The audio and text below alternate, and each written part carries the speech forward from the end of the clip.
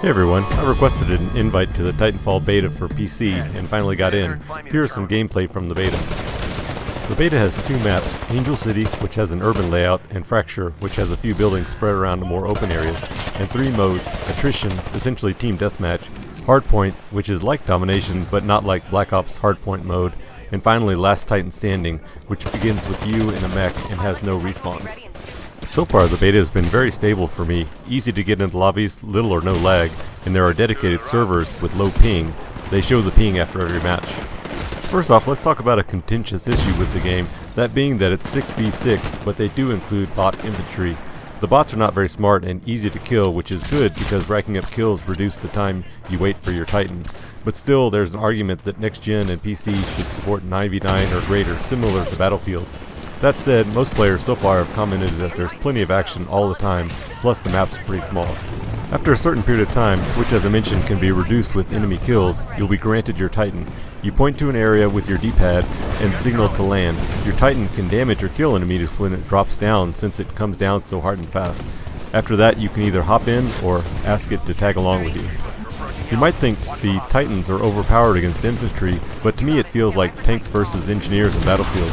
You may know how in Battlefield it's dangerous for a single engineer to try and take down a tank, but when you combine your anti-tank weapons with other players and friendly tanks, you can team up on the enemy pretty good. The same dynamic applies in Titanfall. A pilot with his anti-Titan weapon can really assist in taking down an enemy Titan when you assist other friendlies. When piloting a Titan, you really have to train yourself on a few things.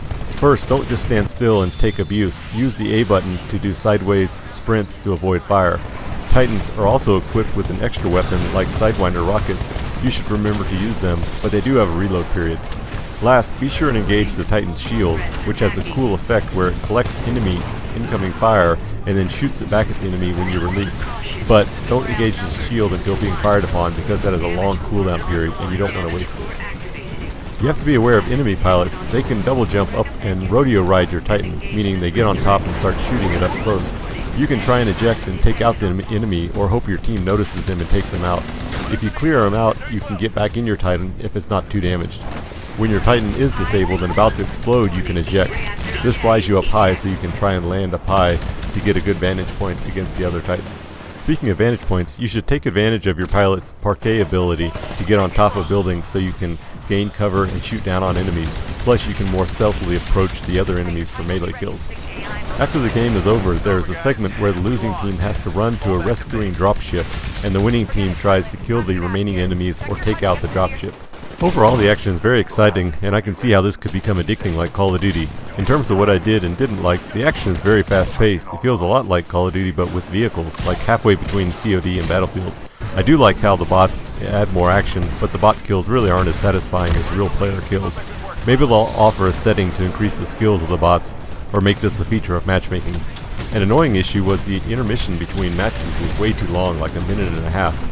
If I had an Xbox One, this game would be on my list for sure, but this game alone isn't enough for me to get an Xbox One at this time, since most of my friends are on PS4. I know it's going to be available for PC, but like I mentioned, most of my friends are on PlayStation. Alright, well thanks for watching. Have a good day.